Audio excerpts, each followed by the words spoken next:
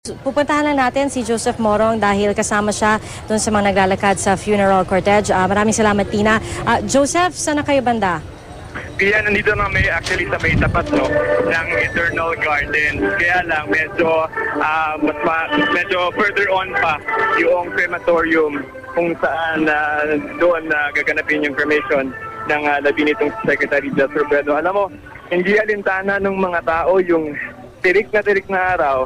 Kahit medyo ang dami talaga nila nung kanina, yung nakita mo dyan, na crowd doon sa Basilica, ay sila rin yung sumabay dito sa cortege nitong si Secretary Jess Robredo. Sabi nila, ay mano ba namang maglakad lang kami ng konti para doon sa bilang magbigay ng pugay doon sa kay Secretary Jess Robredo. Alam mo, yung iba dito, mga medyo may edad na nakikilakad talaga at hindi nga alintana yung init. Pero hindi naman masyadong malayo, Pia.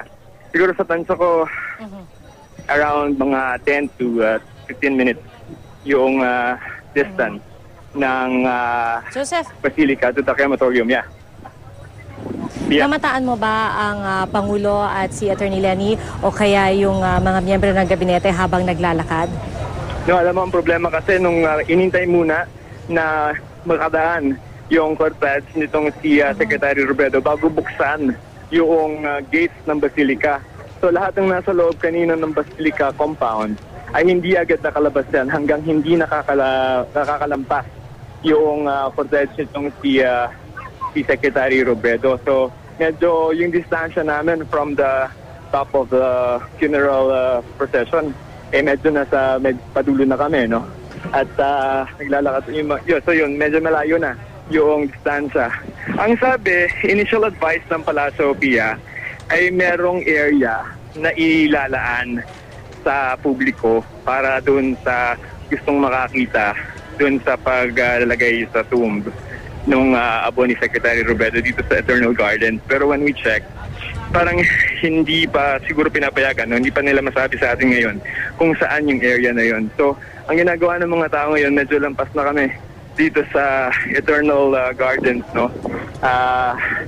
At medyo siguro diretso na rin itong mga to doon sa crematorium kung saan inaasahan yung pagbibigay ng flag nitong si Pangulong Aquino sa may bahay nitong si Secretary Jess na si Attorney Leni. Ito yung simbolo ng pagpapasalamat ng bansa sa serbisyong ibinigay ng kalihim. Pia. So, Joseph, mukhang mahaba itong prosesyon.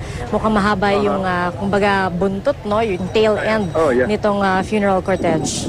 Mahaba talaga kasi yung nakita mo na crowd kanina, no? Dyan sa Basilica, sila talaga lahat sumabay. Talagang siksikan kami dito ngayon dun sa kalsada towards the crematorium. Yung mga tao, hindi naman nagrereklamo sa init. Ay talagang sabi nila, minsan na lang namin ito gagawin.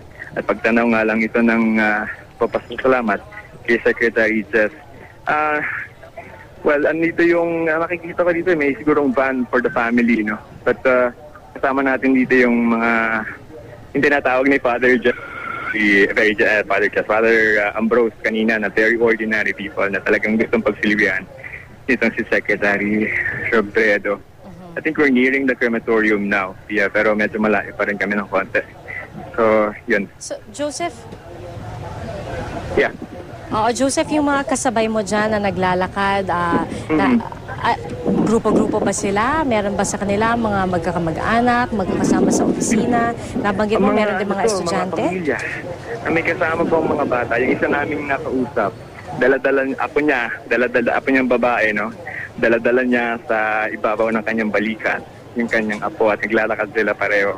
Galing pa sila ng Sipokot, tapos ang sabi, talagang sinadya nila para makapagpasalamat sila dito kay Secretary Jess.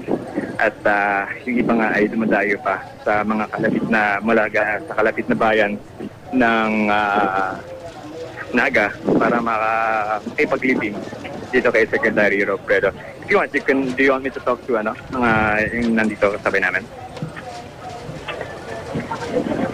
Pia? Yes, Joseph.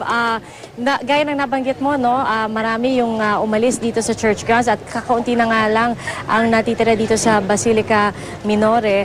At, pero ito talagang yung pag nakikita natin ay ibang tao nakaabang sa taas ng mga puno. Talagang makikita mo, Joseph, yung pagbuhos ng pagmamahal para kay Secretary. Ramdam na ramdam yan kasing init ng tirik na araw ngayong tanghali. Yung iba kanina nadaanan namin yung mga nasa building, no? Talagang lumalabas sila. At alam mo, yung pag nung dumaan yung first nitong si Secretary Robredo, yung iba sa mga sinisa nagsatsant sila, sabi nila, Pogi, Pogi. Kasi yung tawag dito kay Secretary Robredo sa Naga, nung mayor pa siya, Mayor Pogi. Yung naging Secretary Pogi. So, yun yung magandang pagkakala. Ngayon nga, nakakakita tayo ng mga ilang kalalakihan na sa bubong ng isang ginagawang bahay para makasilip man lamang doon sa, ayan, may mga nasa puno pa. May manong ngayon, may nasa puno at nanon siyang kasamang bata doon sa puno. Talagang gustong masilayan ng mga taga-Naga sa huling pagkakataon at maihatid, no, sa kanyang huling hantungan itong si Secretary Robredo. Kausapin siguro natin yung isa sa ilan sa mga nandito na nasa nakikilamay, no?